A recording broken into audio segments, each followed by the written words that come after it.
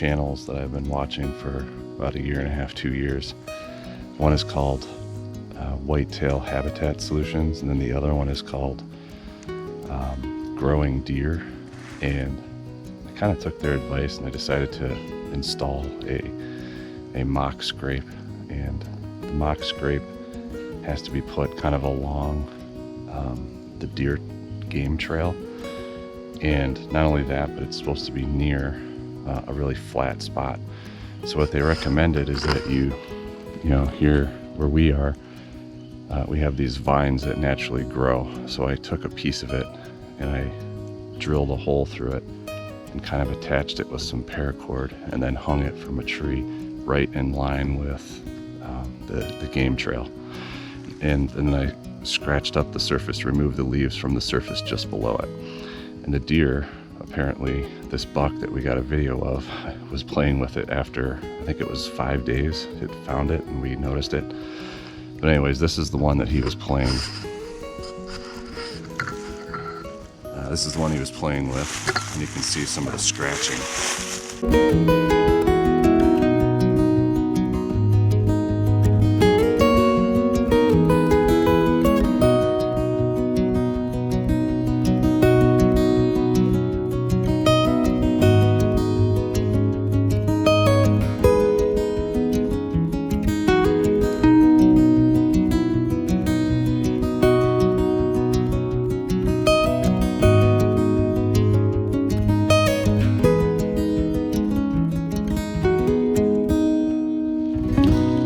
So the other thing that was recommended was when you're setting up a mock scrape for the first time, obviously you want to be careful not to touch the vine or the branch that you're hanging as much as possible, just so that you don't get your scent or odor on there. And then the very first time, just to help establish, you're supposed to urinate on it apparently, just the first time, so that, you know, the deer apparently think that there's something there that they should be checking out and potentially, do the same. So I'm not sure I entirely understand the concept behind that, but at any rate, it worked. Within 4 or 5 days, we had deer and bucks, messing around with that area.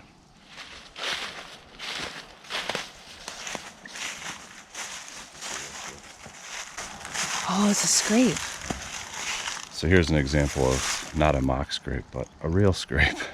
Yeah, there's one more mock scrape that we made. It's a smaller one, but it's right in the deer path that kind of comes down from the second hayfield, as we call it.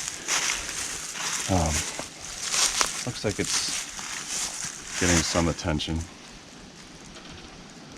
A little bit of scraping here. You can definitely see some fresh tracks. But anyhow, hopefully this helps to entice the deer to come along this way. And you can see these deer trails. It's a really active highway. There's one coming up this way. There's one going up that way. You can see it's kind of like a super highway. Here's one going that way. And then even here's one going that way. It's an intersection. Very popular.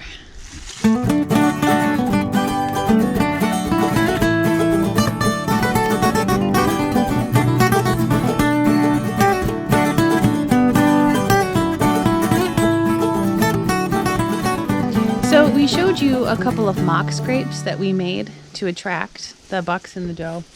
And I want to show you here, there's 2 natural scrapes that bucks have made themselves. And so right through here is a trail.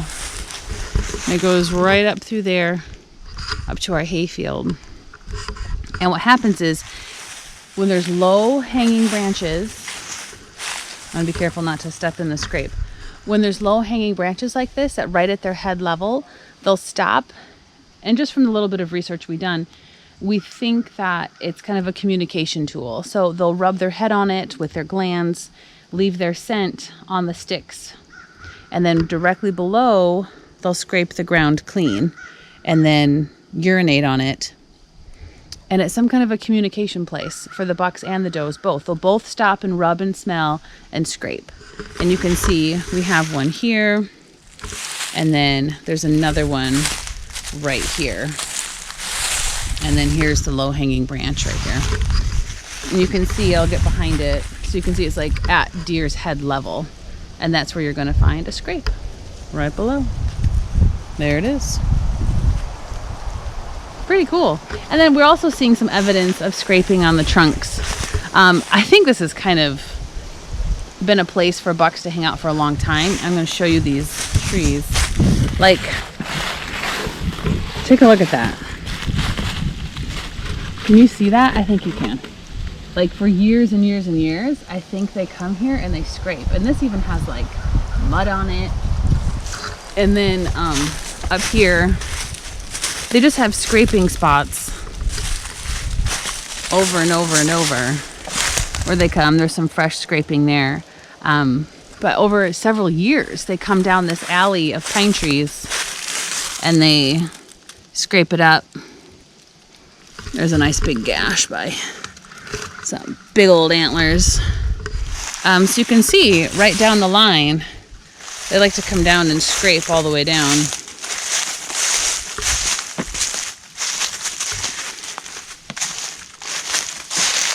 Another good scrape where they scrape their antlers. Some fresh stuff here. That's real sappy.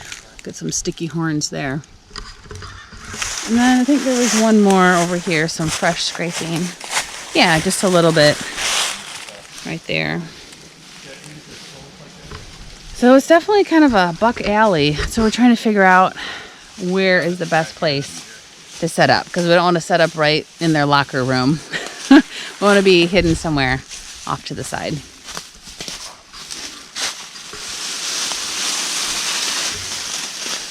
So what are you guys thinking? It's gonna go right here. I think right here we're gonna stick right here. It's so thick down on the lower part here that this would be a good spot. Yeah. Kind of the busy intersection area right here. Yeah. And you know, we'll try it here. You can always pick See up how and it goes. move and Yeah. take it. My brother-in-law, Chris, was out bow hunting on the land in this incredible warm fall weather. And he's just sitting there filming this. And you can see the buck. He just came out from behind that stump. And Chris said he was playing with the scrape that we had hung just 4 or 5 days prior. You can see the buck's kind of looking at Chris. He's a young guy. So Chris passed on him, you know, never took a shot, decided to let him live a few more years to get bigger. But if you stick with this video through to the end, this young buck comes within maybe 10 or 12 feet of Chris. He says that he uses a special scent blocking shampoo, and I've got to find what brand he uses, because this buck does not smell him, does not notice him. Or if he does, he sees him, but just, you know, there must be no scent, and so he's not worried.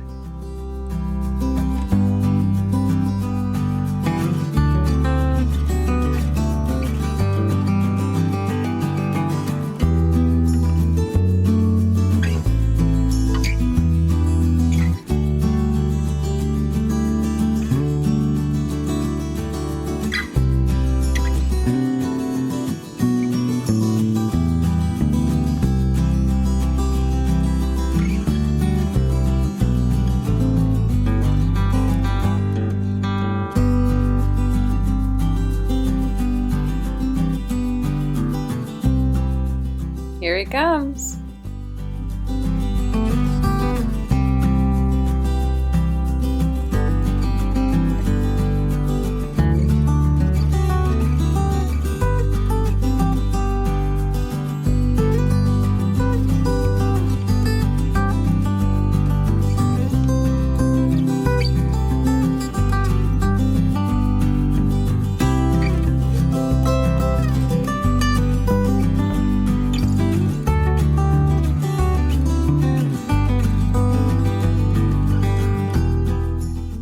I cannot get over how close that buck got to Chris. It was so awesome.